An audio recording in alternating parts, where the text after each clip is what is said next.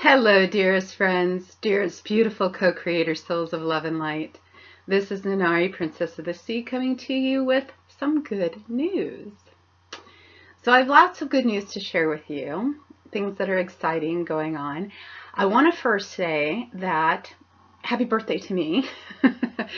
Tomorrow is officially my birthday, or actually in the UK and the other side of the world, it's today already. 13th September is my birthday, and yes, contrary to the way I look here on camera, I am older than I look.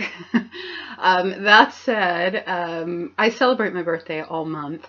A lot of people, when they get to my age, don't really celebrate, kind of given up on things, and whatnot. In terms of birthdays, and from a soul perspective, it's soul age that matters. And well, I'm ancient because I'm a last lifer. I'm not coming back here to this earth anymore. So, and that said, I'm having a happy birthday anyway. I celebrate my birthday because it's a celebration of me, celebration of the love I am, the soul I am. And so celebration of my choice as a soul to come here onto this earth.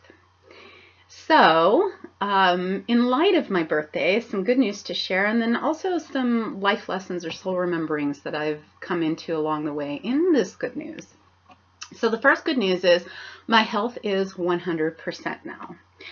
This week I'm going to complete my chelation therapy. And so it's going really well, and so I feel wonderful, and I'm keeping myself on a maintenance set of herbs and things like that so that what happened doesn't happen again. But beyond that, I'm doing really well health-wise, fantastically so. Everything is good as new, and like something's better than new. Kind of part of the issue I've been dealing with over the last couple of months is things that I love that I can no longer eat. Things like raspberries, which I absolutely love, which are not good for kidneys when you have issues with kidneys and whatnot. So things like that, and strawberries, which I also love, I can have in limited quantities, things like that. So I've had to make some adjustments to my food. But other than that, I'm doing fantastic in terms of that. So that's a huge good news. So the second part of this good news is, if you remember 2 videos ago, I explained in depth and in detail about my marriage proposal and my turning it down and moving on with my life. And so there's been some healing and revealing in terms of that over the last couple of months since that happened. And one of those things is a coming into an understanding of what was really going on. Now, Chris Matson will always be my twin soul. Yes, the soul connection is there and whatnot. Yet I've come to understand something that actually my soul already knew about 5 years ago and had said something to him about 5 years ago about. But then I ignored it, and I ended up in this cycle. So I want to explain it to you because this isn't just for twin souls. This is for anybody in a relationship who is going through this. And it has to do with being a narcissist and narcissism. And he recently admitted that he is one. I had said something to him about him being a narcissist. I don't like labels. I will say that from the outset. And I'm not doing this to bash anyone or label anyone. I'm not a big fan of labels. That said, there are certain behavioral characteristics that occur in toxic relationships, and so I want to explain what my path and journey is on this and what I've come to learn from a life lesson standpoint, or soul remember it from a soul perspective.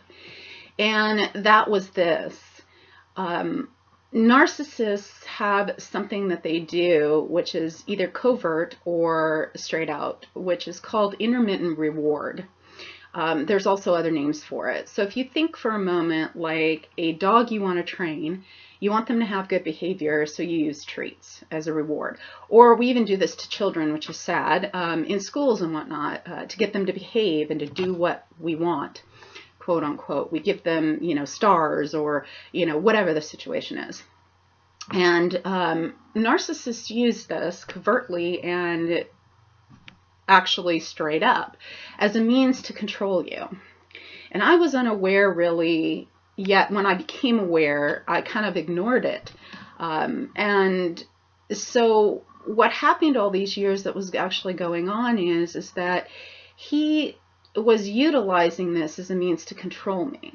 So this is why I would end up always going back all the time, because he would do something and give me some intermittent reward, kind of like a horse you're trying to, dangle that carrot in front of to get you to do your bidding. Well, his bidding that he wanted done, which he kept saying was under the quote unquote guise of doing it for love, was to get the music and the message out, for me to pay for his website, for me to put out his videos, for me to help him get gigs, various things that I did over the years, without ever an intention of giving consistent love.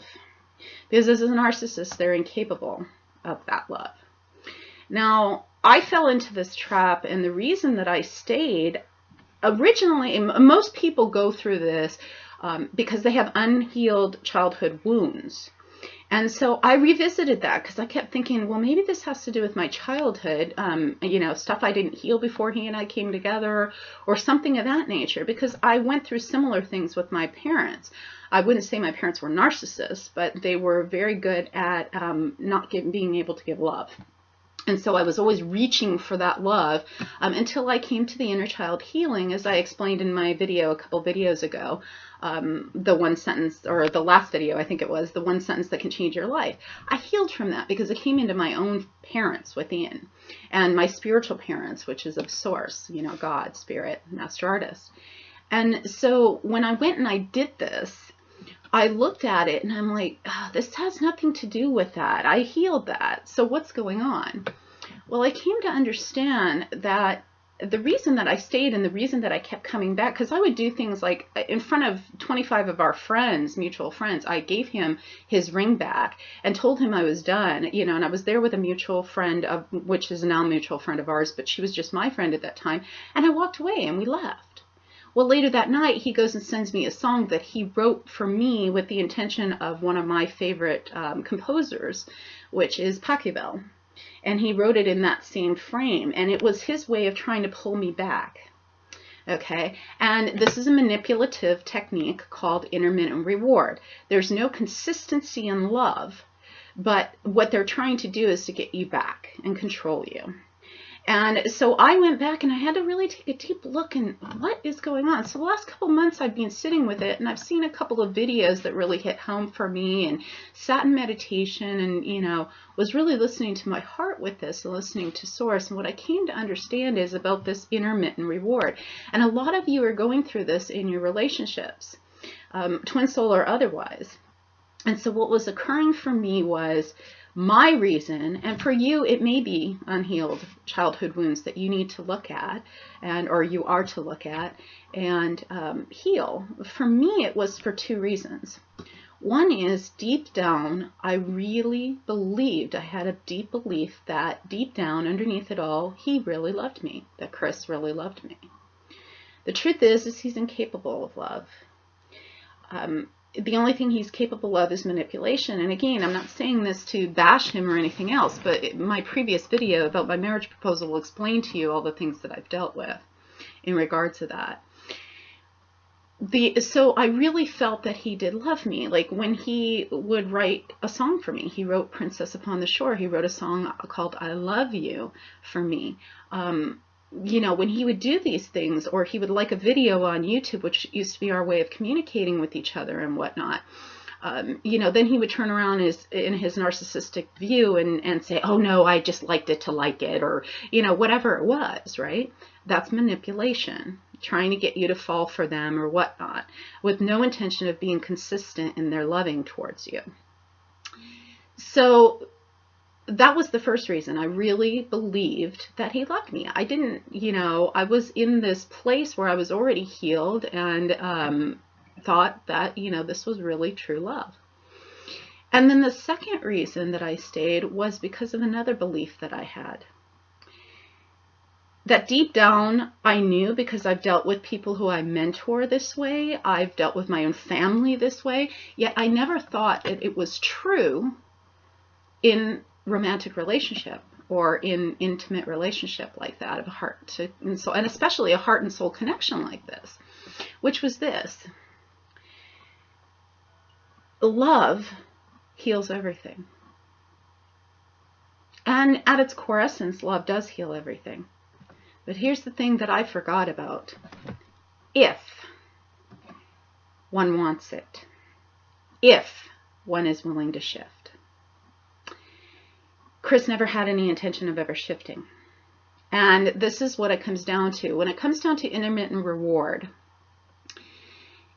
if there is to be a continuation of a relationship and to get out of this toxic environment, and you want to do it together with somebody, on both sides, both are to be willing to heal whatever it is that it is, whether it's old childhood wounds that need to be healed, or in my case, beliefs that I had about love and unconditional love.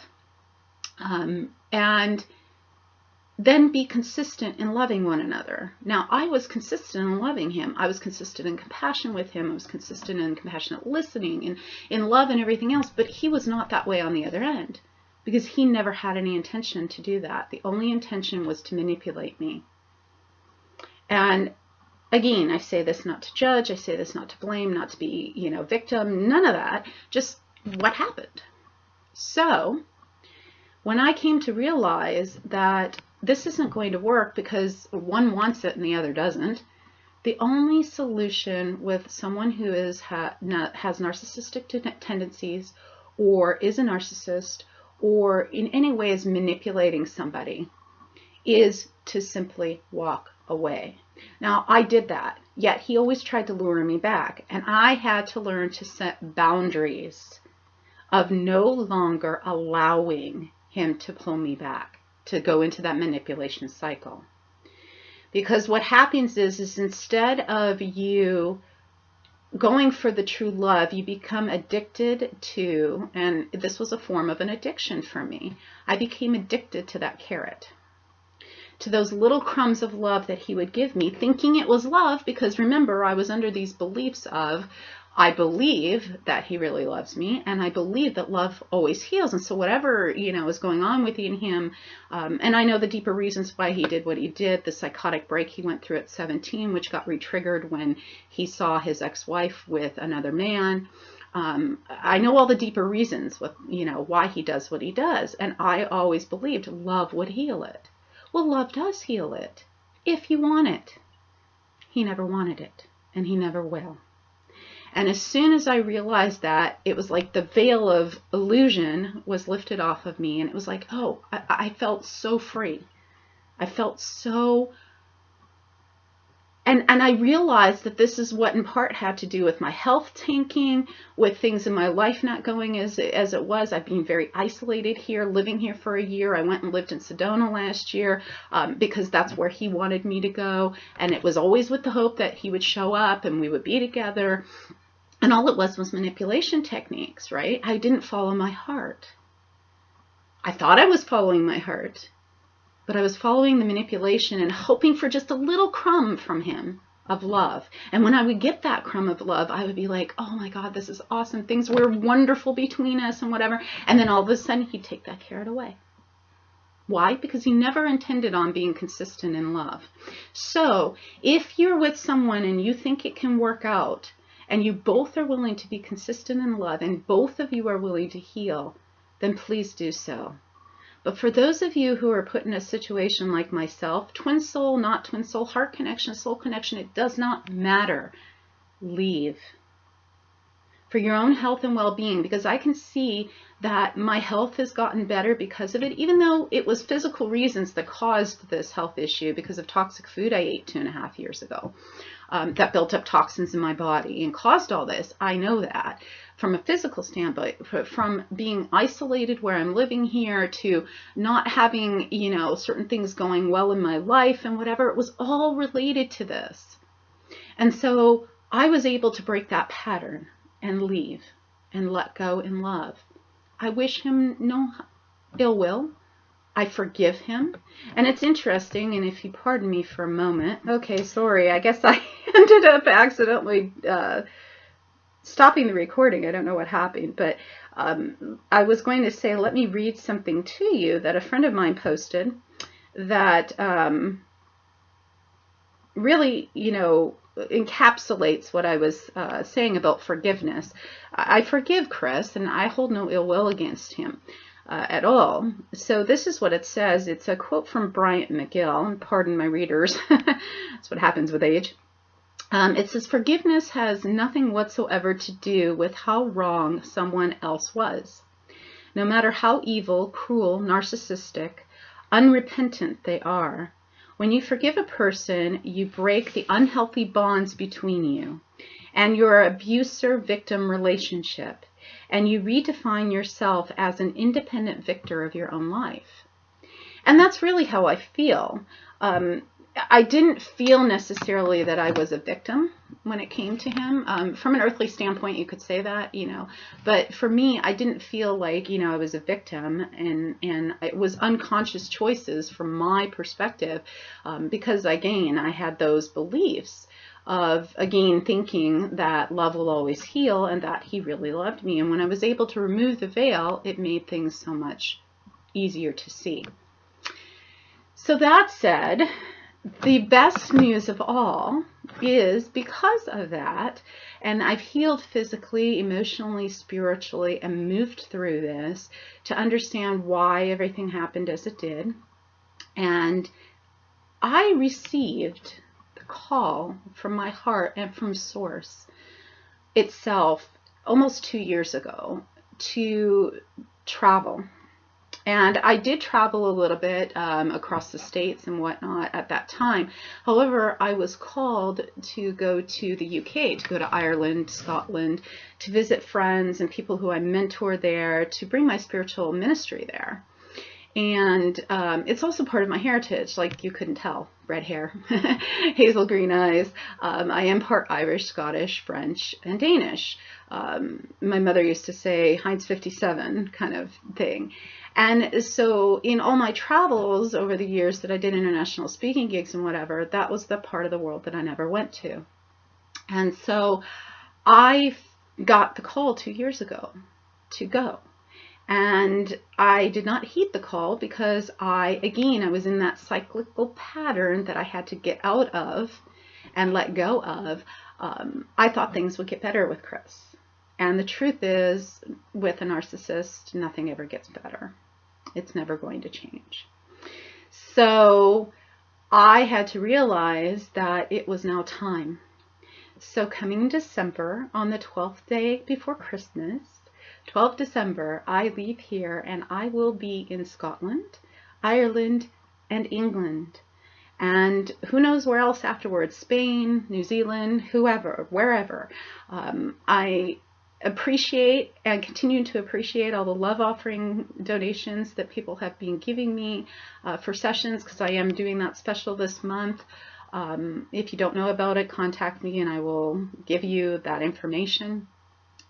Your love offerings, donations, is what keeps me afloat, because it enables me to be able to continue to help you. So I'm very excited to say that I am going on the road starting in December, and my ticket is already bought. I bought it on the 999 activation evening, and tickets are already done, and so I am ready to go. So I'm excited to meet you if you want me to come see you and do some sessions with you personally, or set up a chocolate soul song evening of readings and spiritual guidance, counseling, mentoring, whatever it is that I can be of service to you. Please contact me. My email address is nenari@diamondlady.net, and I look forward to seeing you very soon. Love you all, and thank you for the amazing, beautiful beings you are. And happy birthday, because guess what? I'm saying yes to the universe. Yes! It's Pavo.